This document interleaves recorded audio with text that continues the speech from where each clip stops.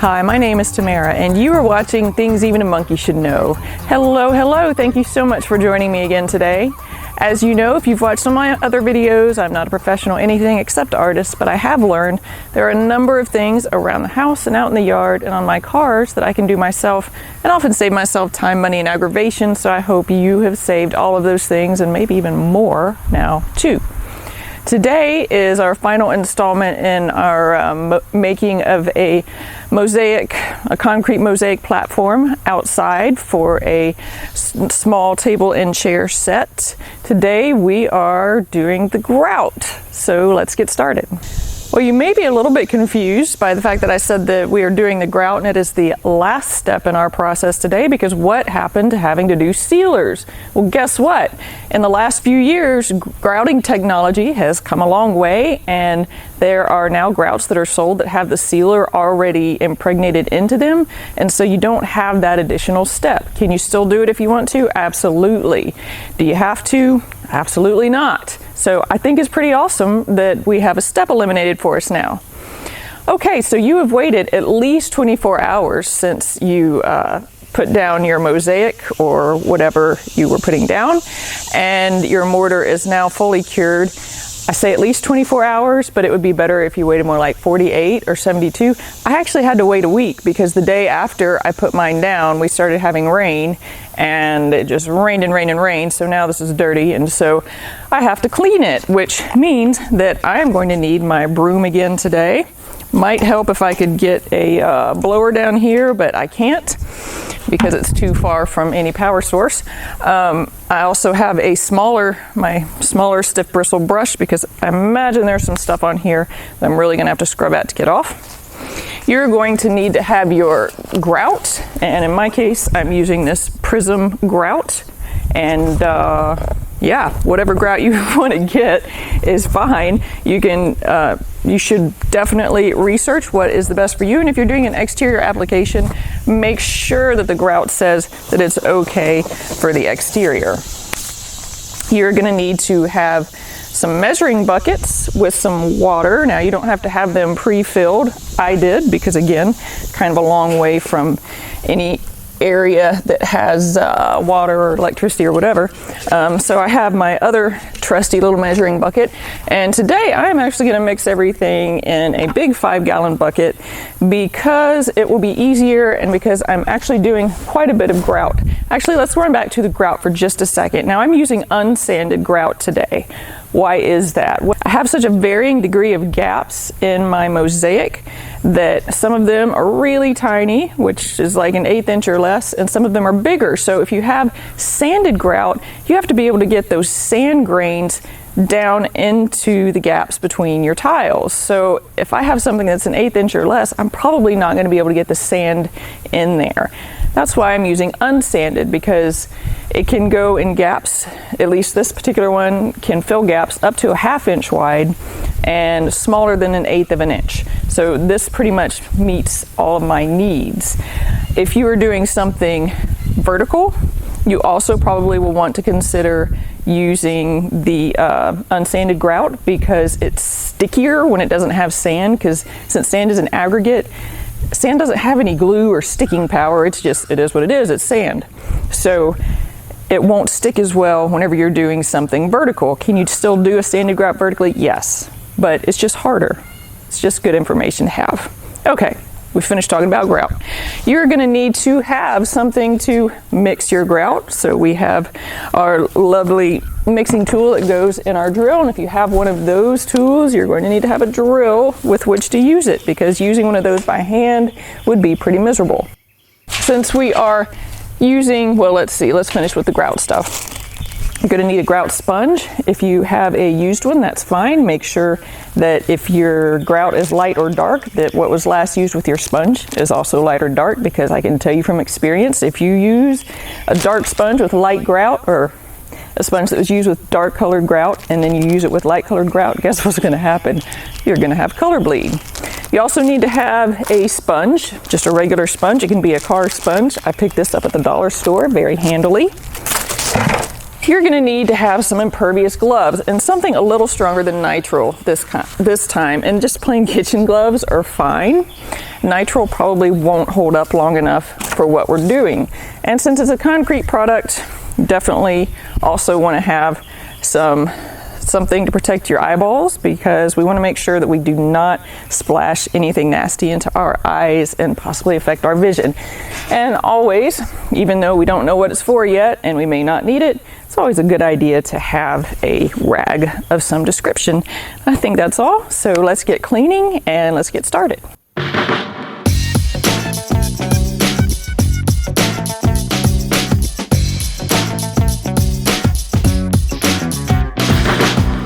Well, it's obviously not ideal to have to leave this and let it get rained on before you've grouted it, but in some cases, like mine, I didn't have a choice. But if you can get the grout on before you get your first rain, that would be ideal. I'm going to go ahead and mix up the grout now, and I am actually doing the entire, what is the equivalent of the entire box of this grout, which is 17 pounds. I have 2 half bags and then 1 whole bag, so yay me. And whenever you do grout, you know, in some things like mortar, you do not necessarily have to measure out the water really specifically, because you're looking for a texture. Whereas with grout, if you change the quantity of water from mix to mix, or the ratio of water, then you can actually wind up with slightly different colors of grout, even though they came from the same bag, just because the water mix was a little different. So we want to be sure that we measure out the water. And for an entire box of grout, this calls for 2 quarts of water, with the option of putting in up to an additional liter for texture without altering the color of the grout. So I'm measuring out 2 quarts. We're putting it in there, and then I'm going to go ahead and measure out an additional liter just in case I need it to be able to get all this mixed. And then we're going to mix it for 5 minutes with our lovely mixing tool.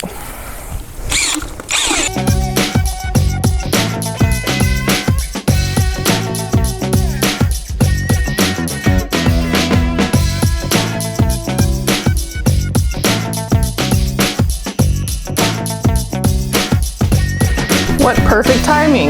The battery on my drill just ran out and we are at exactly 5 minutes of mixing. So now we're gonna let this rest for 5 minutes and then get back at it.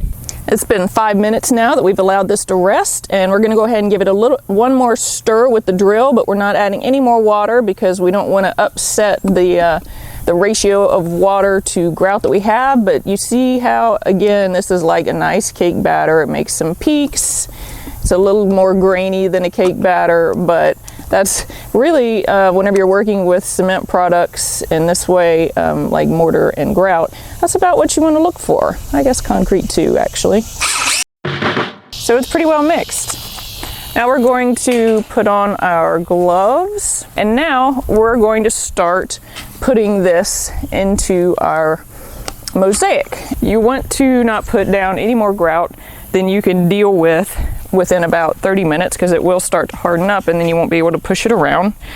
But we're gonna slop some down here, and I am actually gonna do this entire surface, but in sections. And whenever you're putting it down and initially pushing it in, you wanna slop a bunch of it down, and then you wanna come back over it with this sponge at a 45-degree angle to help get that grout shoved down in between all of your tiles effectively.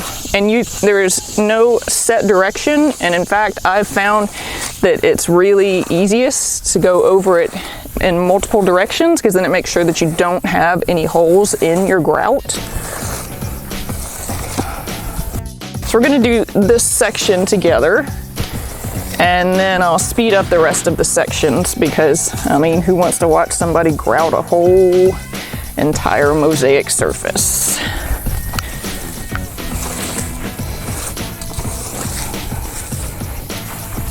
This actually is not taking as much grout as I thought it would, so I probably mixed up way too much, but better to have too much than too little. I'm getting it pushed all the way out here to the edges.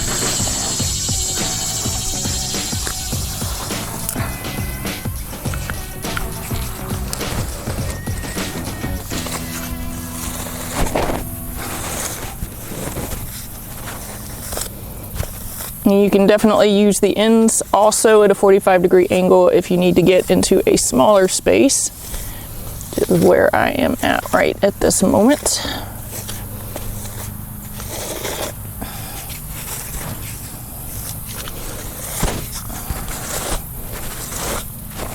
And hopefully you have mixed up your grout with cool water. Don't ever use hot water when mixing a concrete product because it's going to make your product start to cure more quickly and your working time will not be as long.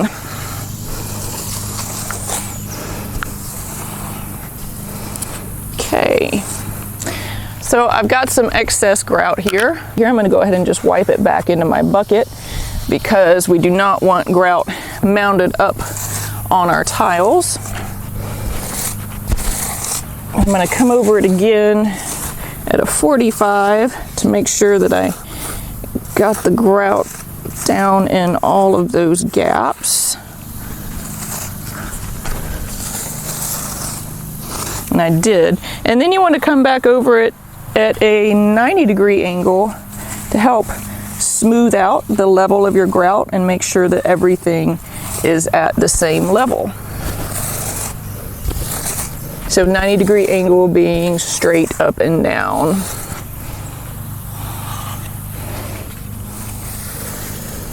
And then you have a very lovely section of grouted mosaic.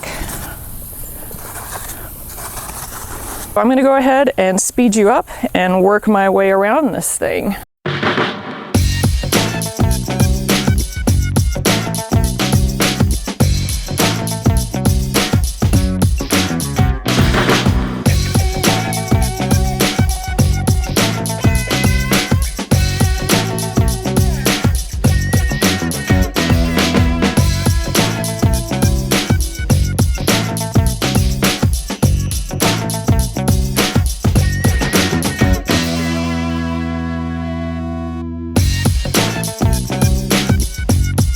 So you've got the excess grout removed from whatever surface you're working on, right? So now we're going to let this cure for about 10 minutes. Depending on where you're located, you may need 20 minutes, but I'm in the sun, so this stuff is actually already starting to cure.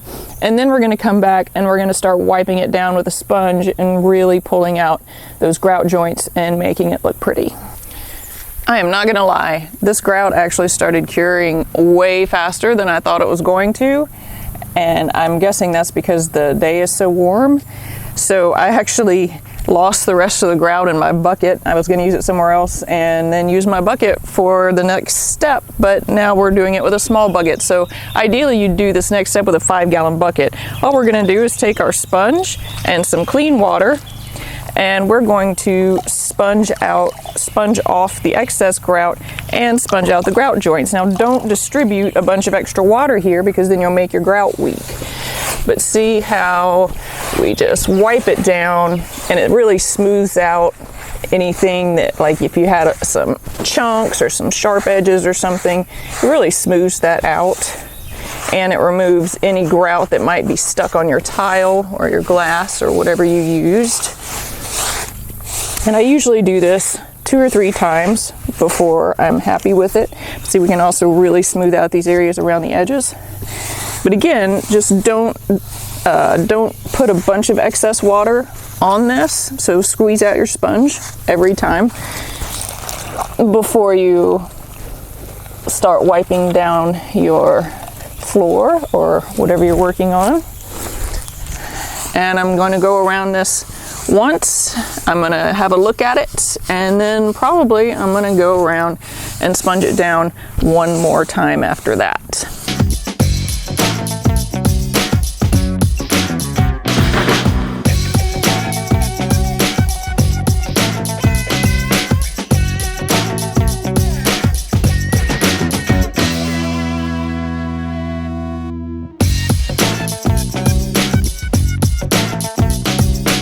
Okay, I take it back. I'm not sponging this a second time because it went really well, and I'm very happy with how it's looking. So as long as you're happy with where you are, we are now going to give this 3 hours to actually cure enough that it won't move around, and we're going to come back over it with a soft cloth or a dry sponge or something, whatever you have that's available and easy. And you see this haze that's starting to form back on these tiles? Well, that's just going to wipe right off. That's grout haze, and don't worry about it, because we're going to get it off in 3 hours and then we're going to be done. But isn't this exciting, because it's really starting to look finished at this point. I have now waited more like actually 4 hours. You still don't want to really put any weight on this. If you have an area that you need to crawl out on to reach, you might have a piece of wood that you can put across your floor or whatever you're working on, so that you don't put all your weight in one spot and it's more distributed.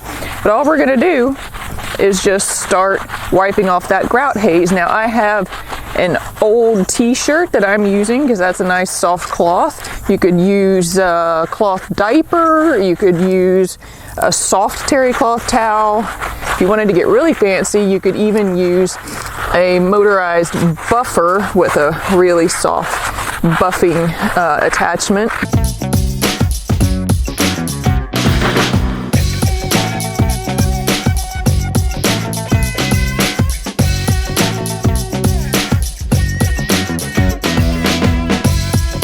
If you happen to come on a spot where you have some grout on a tile that won't come off with that cloth, you can either go back and just scratch it off with your fingernail, or you can get a flat edge of some like a hard plastic scraper.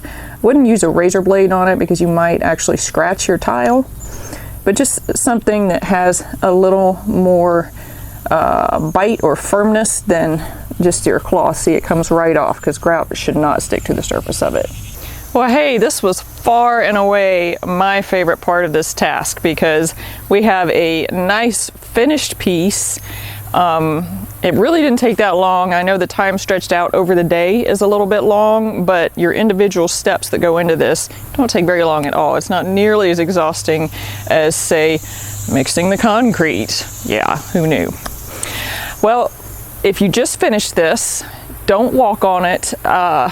Some grouts say 4 to 6 hours, some say 24 hours. Even though mine says 4 hours, I'm not walking on this for 24 hours. And also, if you are doing this outside and you have rain in the forecast, go ahead and cover this up with plastic, because you really don't want your grout getting really wet until it's cured or thoroughly cured, especially if you have a grout that you are going to have to seal, because if it gets rainwater in it, the rain can push dirt down in it, and then you have dirty grout, and it's just always going to look that way. I guess you can bleach it, but if it's a grout with color, you can't really bleach that. Anyway, I think that's all that I have today. Thank you so much for joining me. Thank you to everybody who's already subscribed. If you haven't done that already, please go ahead and press the subscribe button now, and feel free to share with your friends. I hope you have a wonderful week. Stay safe, and I look forward to seeing you again soon.